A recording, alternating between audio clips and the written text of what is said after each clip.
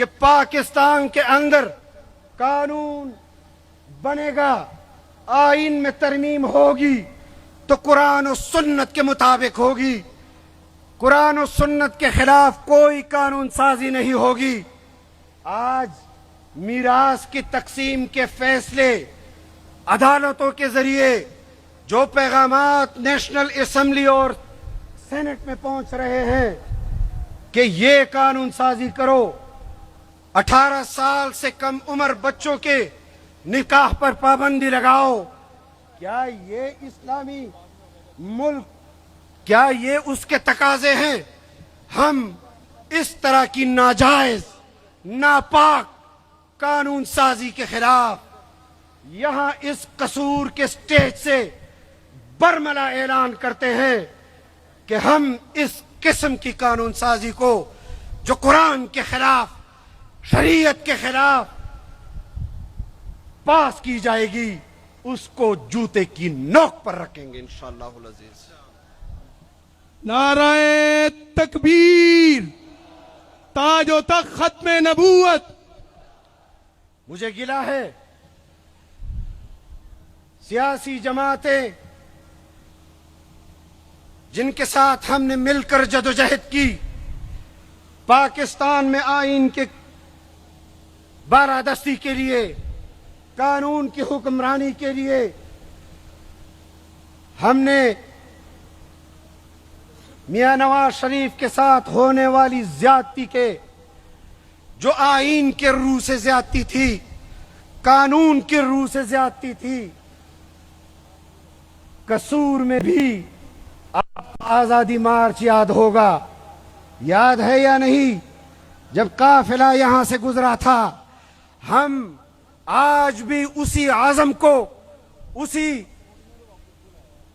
آزادی کے پرچم کو تھامے کھڑے ہیں، اور ہم یہ سمجھتے ہیں کہ کل سے زیادہ آج ضرورت ہے آئین کو تحفظ دینے کے لیے، قانون کی حکمرانی کے لیے۔ ایک مریم بی بی کے والد کے خلاف فیصلہ آیا، ہم نے اس کو آئین اور قانون کے خلاف سمجھا، ہم نے ان کا ساتھ دیا۔ آج بلوچستان کے اندر بچیوں کے والدین بے گناہ قتل کیے جا رہے ہیں۔ خیبر پختونخوا اور قبائل کے اندر کتنی ان گنت مریم اور ان کے والدین کو ناحق قتل کیا جا رہا ہے، اور اگر کوئی اس کے لیے آواز بلند کر رہا ہے تو وہ جمعیت علماء اسلام ہے۔ آج میں قصور کے اندر کھڑا ہو کر اپنے ان اتحادیوں کو پکار کر یہ کہنا چاہتا ہوں کہ خیبر پختونخوا کے ان بچوں کا، قبائل کے ان بچوں کا، بلوچستان کے ان بچوں کا آپ کے اوپر یہ قرض باقی ہے، جن کی جدوجہد سے آپ کو موقع ملا کہ آپ اقتدار کے ایوان میں پہنچے، اور وہ اس ظلم سے بھی بدتر زندگی گزار رہے ہیں۔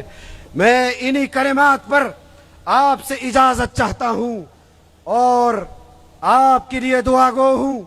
آپ نے بھی میرے لیے دعا کرنی ہے کہ جو امانت آپ کو اور ہمیں ملی ہے، ایک آواز ہو کر، شانہ بشانہ ہو کر انشاءاللہ اس امانت کو سرفراز اور سربلند رکھیں گے، اسی شان و شوکت کے ساتھ جس شان و شوکت کے ساتھ ہمیں یہ منتقل ہوئی ہے۔ وآخر دعوانا ان الحمدللہ رب العالمین۔